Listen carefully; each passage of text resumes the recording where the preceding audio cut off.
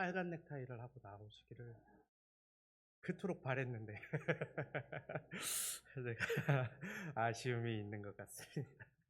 네.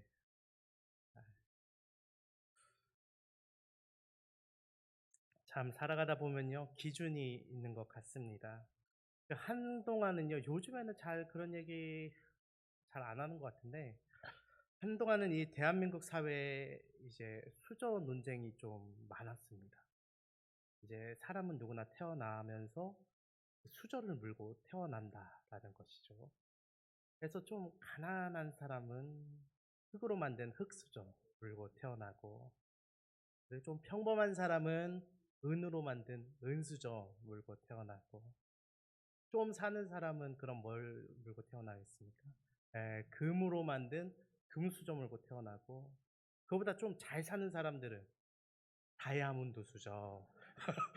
잘 알고 계시네요. 그렇습니다. 다이아몬드 수저를 물고 태어난다고 그랬습니다. 근데 생각해 보면요, 그게 아주 틀린 말은 아니에요. 맞죠? 살아가면서 모든 사람이 다 공평하게 가지고 태어나는 건 아니다 이 말입니다. 왜 이런 생각을 하게 되냐면 수저의 영향을 받기 때문에 그래요. 우리의 삶이. 그렇지 않나요? 수저의 영향을 받습니다. 생각해 보면요, 사업가 집안에서 사업가 나오고, 또 의사 집안에서 의사 나오고, 검사 집안에서 검사 나오고, 운동선수 집안에서 운동선수 나오고, 이런 걸 보면요, 수저라는 게 영향이 확실히 있습니다. 그거를 부정할 수는 없는 거예요. 그렇죠? 근데 문제는요, 그 뭐 수저 뭘 물고 태어났는가, 그게 그렇게 중요하겠습니까? 진짜 문제는요, 지금의 사회가 옛날 같지 않다는 거예요. 그 수저의 갭을 채울 만큼, 뭐랄까, 정말 개천에서 용난다는 말이 있잖아요. 예전에는 막 그랬다면서, 제가 잘은 모르지만 뭐 마을에서 그냥 얘가 막 서울대 가고 뭐 하고 뭐 하고 그러면 플래카드 쫙쫙 걸리고 그냥 마을 잔치하고 막 그랬다면서요. 근데 요즘에는 그런 시대가 아니잖아요. 개천에서 용이 잘 안 나는 시대지 않습니까?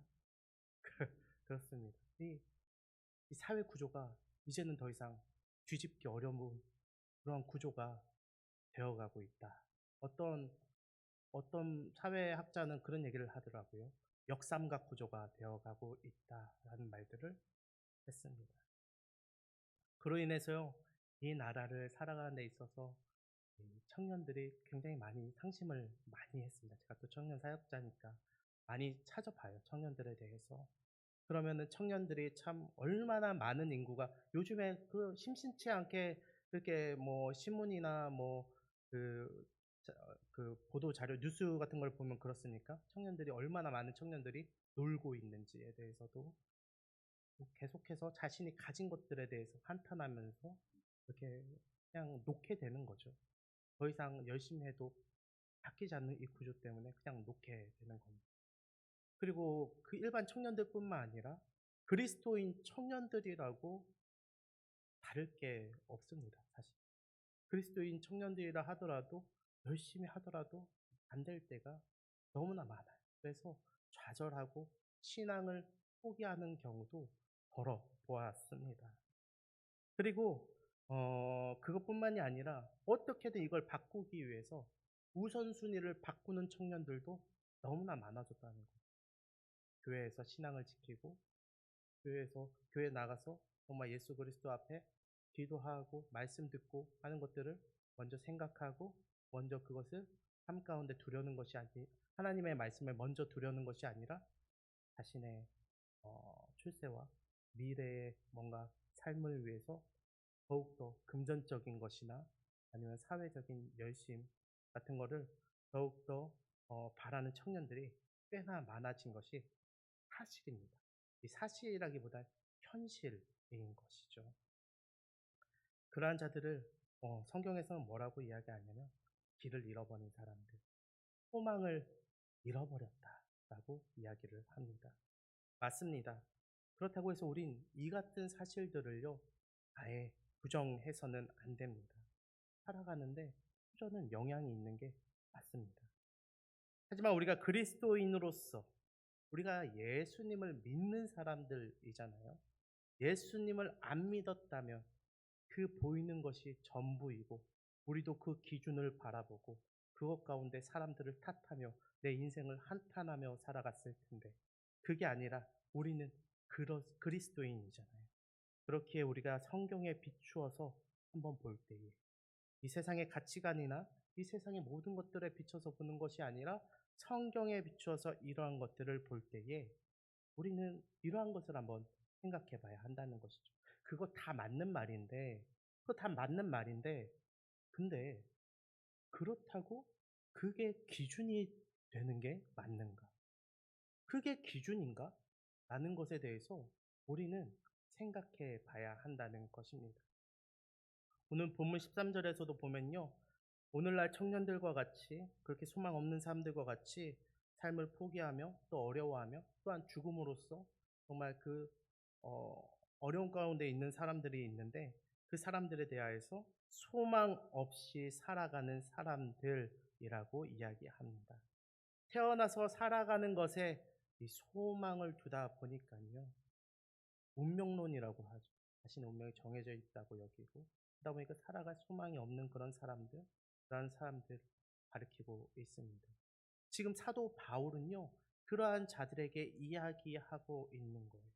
너희들에게 내가 위로를 주고 내가 너희들에게 소망 없는 자들에게 지금 소망을 주려고 하는데 그 사람들에게 그 기준을 재정립해줘서 그들에게 소망을 주고 있다라는 것이죠. 세상을 살아가면서 소망 없는 자들에게 그 기준을 태어남이 아니라 죽음에 있다. 너희들의 기준은 나면서부터 뭘 물고 있느냐가 중요한 게 아니라 죽음 가운데 있다라고 이야기하는 것입니다. 그 자들에게 소망 없는 자들에게 오늘 성경은 뭐라고 이야기하냐면 자는 자들에 관하여 너희가 알지 못함을 우리가 원하지 않는다. 자꾸만 부정이 반복되죠. 부정의 부정은 강한 긍정을 의미하는 것을 우리는 잘 알고 있습니다. 소망 없어? 그러면 너희들이 기억하고 기준 세워야 될 것이 있는데 그것이 바로 자는 자들에 관해서 너희가 알아야 돼. 이 죽음에 관해서 너희들이 알고 명확히 알고 그것에 기준을 세워야 된다라고 이야기하고 있는 것이죠. 그것을 잘 알 때에 우리의 삶 가운데 소망이 생길 것이다 라고 이야기하고 있는 것입니다. 그렇다면요, 오늘 성경은, 이 사도 바울은요, 왜 죽음이 기준이 되고, 이 죽음이 살아가는 자들에게, 소망 없는 자들에게 소망이 되는가 라고 왜 이야기하고 있는 걸까요? 그것은 바로 우리가 너무나 잘 알다시피 죽음이 인생의 끝이 아니기 때문입니다. 우리 그리스도인들에게는요, 죽음은요, 인생의 끝이 아니에요. 뭡니까, 죽음은? 영원한 삶의 시작. 죽음은 시작입니다. 영원한 하나님 나라, 영원한 하나님과의 그 영화로운 그 교제의 시작이라는 거예요. 그래서 분명하게 그것을 알면 너희가 소망을 얻을 것이다. 이 땅 가운데서 소망을 얻을 것이라고 이야기하는 것이죠. 죽음은 우리를 이기지 못합니다. 우리보다 앞서 가신 그분이 있기 때문에 죽음을 이기시고 그분이 죽음을 이기시고 우리에게 승리를 허락하셔서 영원한 생명을 우리가 얻었죠. 그것을 분명히 알아야 한다는 것입니다. 고린도전서 15장 55절에서 57절은요. 이렇게 이야기하죠. 사망아 너의 승리가 어디에 있느냐? 사망아 네가 쏘는 것이 어디에 있느냐? 사망이 쏘는 것은 죄요 죄의 권능은 율법이라. 율법 아래 다 있고 사망이 쏴봤자 그것은 죄일 뿐이다. 근데 우리 주 예수 그리스도로 말미암아 우리에게 승리를 주신 하나님께 감사한다라고 성경은 분명히 이야기하고 있습니다. 예수 그리스도의 죽으심으로 말미암아 우리가 이 죽음 가운데 승리를 얻었다는 것이죠. 그것을 분명히 알고 있을 때 그것이 우리의 삶 가운데 소망이 된다라는 것입니다. 맞습니다. 우리는 승리했습니다. 우리의 삶 가운데 한번 살짝 예를 들어보면은 마치 그런 거죠. 어느 날 뭐 인공지능이 발명이 잘 이렇게 돼가고 있다 이런 뉴스들 보셨죠? 그런 것 같은데 어느새 AI 시대가 도래했어요. 나는 잘 할 줄도 모르는데 벌써 AI가 다 왔대요. AI 시대에 살아가고 있대요. 컴퓨터한테 물어보고 인공지능한테 물어보면 다 알려준다고 이야기합니다. 그것 이상으로 우리가 예수 그리스도의 그 죽으심으로 말미암아 예수 그리스도의 그 공로로 말미암아 그 죽음에서 부활하심으로 말미암아 우리가 영원한 삶을 누리는 이 시대가 도래한 것이죠. 너무나 감사하게도 우리는 그러한 것을 말씀으로 접하고 살아가는 시대에 살고 있습니다. 성경은 이 같은 것을 의지하는 것에 대해서 네 글자로 이야기하는데 부활 소망이다 라고 이야기합니다. 그렇습니다. 우리 기독교인들은 예수 그리스도를 믿는 사람들은 그 부활에 소망을 두고 살아가야 해요. 그렇기 때문에 이 죽음이라는 것이 우리의 삶의 기준점이 되어야 된다라고 우리가 알아야 할 것입니다. 그렇게 우리는 살아가는 기준을 태어남에 두는 것이 아니라 세상 사람들과 같이 그렇게 태어나는 것에 두는 것이 아니라 죽음 가운데 두어야 될 것을 알아야 합니다. 세상 사람들은 죽으면 끝입니다. 그래서 더 움켜쥐려고 하고 더 그것을 잃어버리지 않으려고 합니다. 하지만 우린 시작입니다. 그렇기 때문에 이 땅 가운데에서의 삶은 영원한 삶의 준비 과정인 것입니다. 그것이 성화라고 이야기할 수 있습니다. 죽음을 기준으로 둔다면요, 누구나 동등해집니다. 아까 태어나는 것은 다 각기 뭔가 물고 태어난 것이 달라 보였지만 죽음을 우리가 기준으로 바꾸고 이 땅을 바라본다면 누구나 다 동등한 삶을 살게 되어 있습니다. 이 죽음 앞에 더 가진 사람이 있습니까? 없습니다. 죽음 앞에 덜 가진 사람이 있을까요? 그것도 없습니다.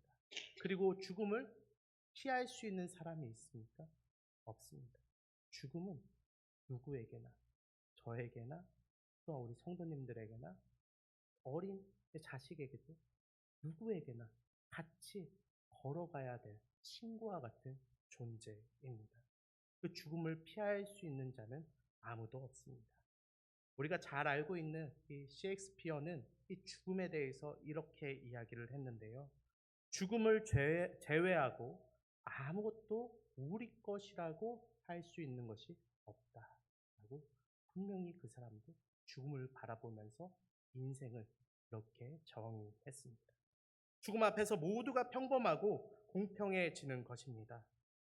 어떤 수저를 물고 살았던 간에 가져갈 수 있는 것이 단 한 가지도 없습니다. 오늘 본문은 우리의 살아가는 기준과 소망을 이 죽음 가운데 두라고 분명히 이야기하고 있는 것입니다. 그럼 덜 가져가건 더 가져가건 어떠한 고난이 있건 무엇이건 간에 그것을 살아가는데 흔들리지 않는 소망이 될 것이라고 이야기하고 있습니다. 이 땅 가운데 살아가면서 물고 태어난 것들, 그것은 하나님의 은혜라고 할 수 있겠지만 우리의 것이 단 한 개도 없습니다. 우리가 소유할 수 없는 것을 꽉 붙드는 것을 우리는 미련하다라고 이야기할 수 있죠. 자신의 소유가 아닌 것에 탐욕을 부리는 것을 도적질하는 것이라고 우리는 말할 수 있습니다.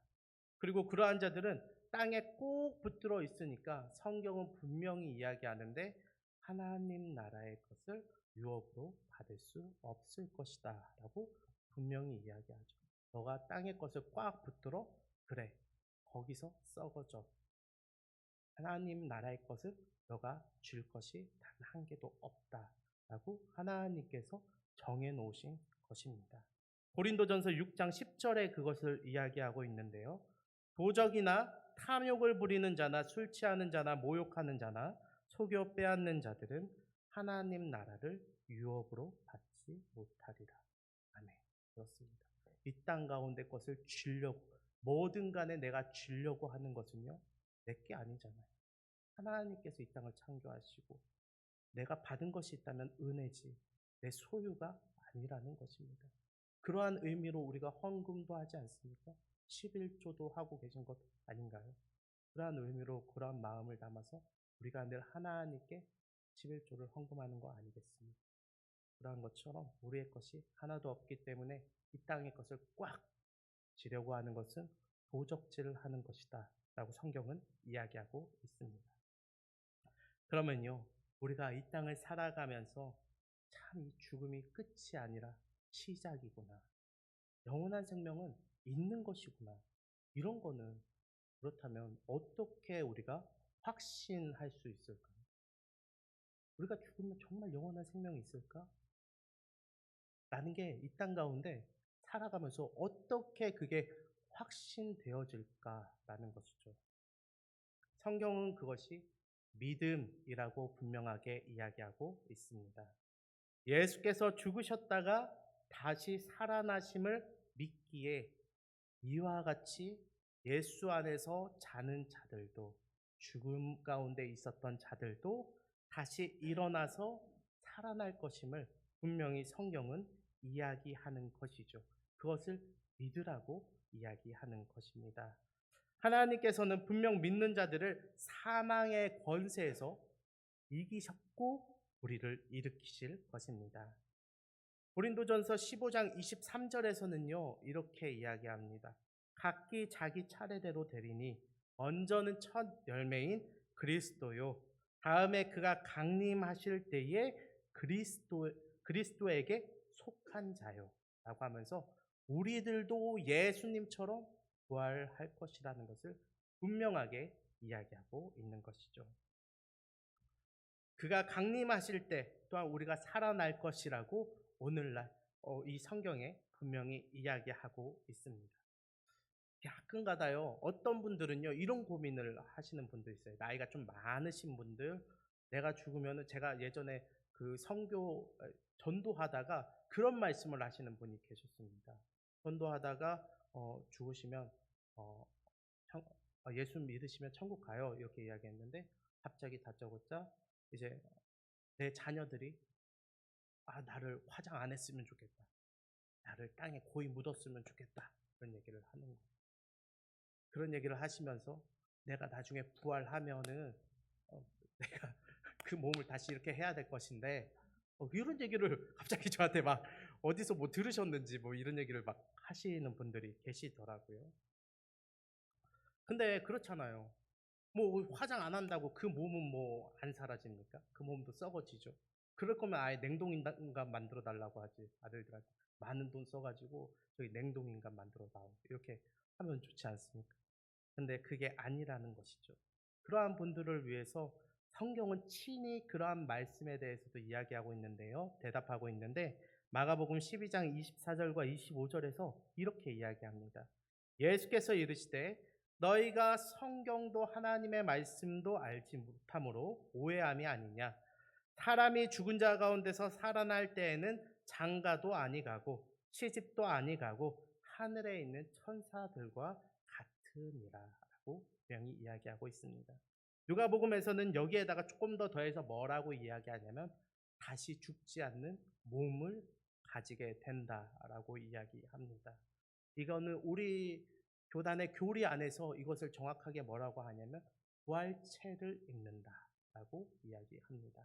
우리 썩어질 육신이 아니라 부활할 때에 이 부활체를 입게 된다는 것이죠. 다시는 죄를 짓지도 않고 하나님과 온전한 관계를 맺으며 하나님과 영원한 사랑을 나눌 수 있는, 그러면서 죽지도 않고 천사와 같은 몸, 그 몸을 입게 된다라고 하니까요. 우리들도 돌아가실 때에 굳이 자녀들에게 화장하면 안 된다 이런 얘기는 하실 필요 없을 것 같습니다. 또 어떤 사람들은 이야기합니다. 근데 내가 살아있을 때에 예수님이 와서 내가 예수님을 좀 보고 싶습니다. 이 땅 가운데서 믿음이 틀렸지 않다는 것을 분명히 보고 싶어요. 사역자들 중에서도 이런 말 하는 사람들 진짜 많아요. 당장 내일 예수님 오셨으면 좋겠다.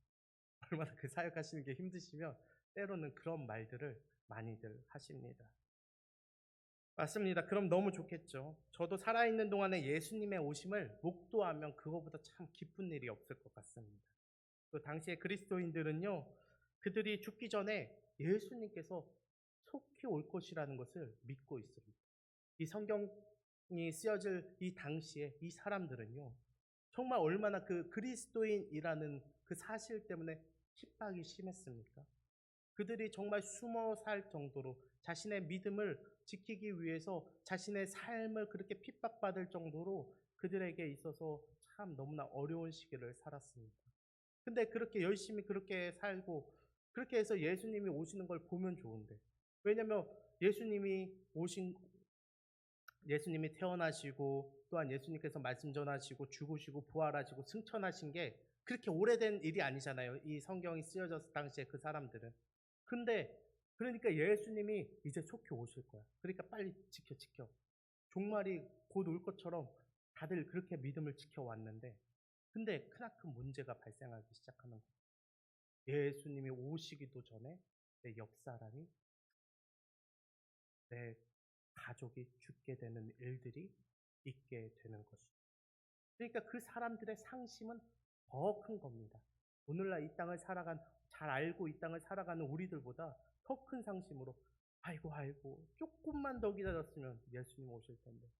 그거 조금 못 기다려가지고, 아이고, 했던 사람들이 너무나 많았다라는 것이죠. 그들은 큰 혼란에 빠졌고, 그러한 자들에게 사도 바울은요, 오늘 그러한 자들에게 죽은 자들이 어떤 대우를 받는지 분명히 알려줍니다. 이것이 너희들에게 소망이 될 거야. 죽은 자들이 어떤 대우 받는지 알아? 라고 하면서 이야기합니다. 오늘 본문 15절부터요 17절까지의 말씀인데요, 우리 한 목소리로 같이 한번 읽어봅시다. 15절부터 17절까지 말씀 시작. 우리가 주의 말씀으로 너희에게 이것을 말하노니 주께서 강림하실 때까지 우리 살아남아 있는 자도 자는 자보다 결코 앞서지 못하리라. 주께서 호령과 천사장의 소리와 하나님의 나팔 소리로 친히 하늘로부터 강림하시리니 그리스도 안에서 죽은 자들이 먼저 일어나고 그 후에 우리 살아남은 자들도 그들과 함께 구름 속으로 끌어올려 공중에서 주를 영접하게 하시리니 그리하여 우리가 항상 주와 함께 있으리라. 아멘. 뭐라고 합니까? 죽은 자들이 먼저 될 것이다. 걱정하지 마라. 죽은 자들이 먼저 될 것이다. 그렇게 살려고 어둥바둥할 필요가 없다. 죽은 자들이 먼저 될 것이다. 예수 그리스도께서 강림하실 때에 죽은 자들이 먼저 일어나서 그 예수님께 붙들려 올라갈 것이고 산 자들도 그 이후에 불려 올라갈 것이다 라고 이 종말의 때에 일어날 일들에 대해서 분명하게 이야기하는 것이죠. 분명하게 이야기한다는 것은 그것이 믿음이라는 것이고, 그것을 믿는 믿음이 오늘날을 살아가는 우리에게 소망을 줄 것이다 라는 것입니다. 사랑하는 우리 기신교회 성도 여러분, 이처럼 우리가 그 기준을요 태어남에 두는 것이 아니라 이 죽음 가운데 두어야 한다는 것입니다. 우리가 길을 걸어갈 때 앞을 보면서 걸어가야 됩니다. 근데 태어남을 보면서 걸어간다는 거는요, 만약에 우리가 태어나는 것을 이쪽이라고 치고 우리가 가야 될 길, 이 죽음의 길이 이 트리가 있는 곳이라고 친다면은 우리가 바라보고 가야 될 방향은 이쪽 방향이잖아요. 근데 왜 우리는 다 태어난 것을 바라보면서 뒤로 걸어가고 있냐?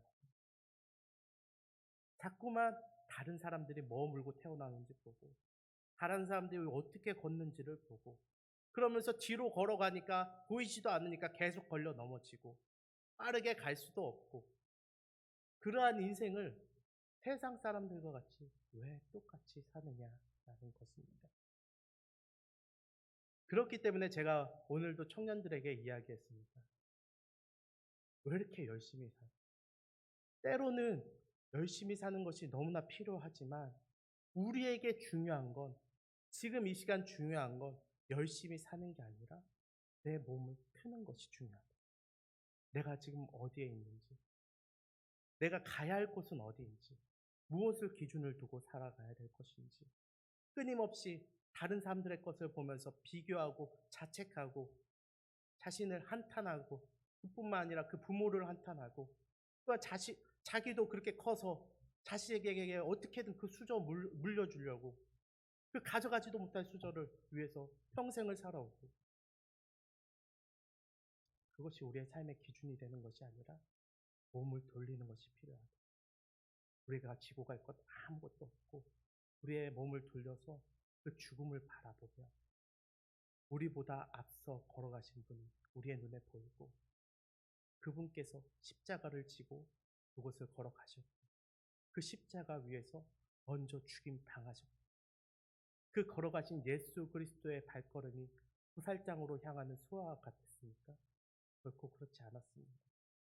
주인의 목소리에 기쁨으로 그 꼴을 뜯기 위하여 따라가는 어린 양과 같았습니다.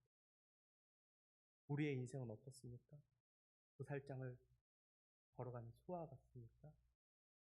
아니면 예수님처럼 예수님을 닮아 기쁨으로 그 길을 뛰어가는 어린 양과 같습니다. 우리의 삶 가운데 인생을 바쁘게 사는 것도, 열심히 사는 것도, 인생을 바라보는 것도 중요하지만 가장 중요한 것은요, 우리가 예수 그리스도를 바라보는 것입니다. 그분께서 어떻게 걸어가셨는지, 그것을 통해서 우리에게 어떠한 길을 예비하셨는지, 지금의 인생이 어떠한 준비 과정인 것인지, 아무것도 못 들고 죽음 가운데 가게 하신 것은, 죽음 가운데에서 그 누구도 그것을 못 가져가게 하신 것은, 이게 진짜 시작인 것이고, 영원한 삶 가운데 지금까지 준비 과정이구나. 인생 100년 살아도 길게 산다 생각하는데 영원한 삶에 그냥 그 첫 시작일 뿐이구나. 우리가 이곳 가운데 정말 잘 준비해서 이 땅 가운데서 하나님의 나라를 준비하고 정말 하나님 나라에 들어가서 정말 그것을 누리는 그러한 기쁨으로 우리가 나아가야겠구나. 그랬을 때 이 땅 가운데 삶이 내가 더 쥐고 못 쥐고, 더 가지고 못 가지고, 뭘 하고 못하고, 더 올라가고 낮은 것에 내 기준들이 생겨나고, 내 마음이 올라가고 낮아지고, 그때마다 내 마음이 좋았다가 싫었다가 하는 것이 아니라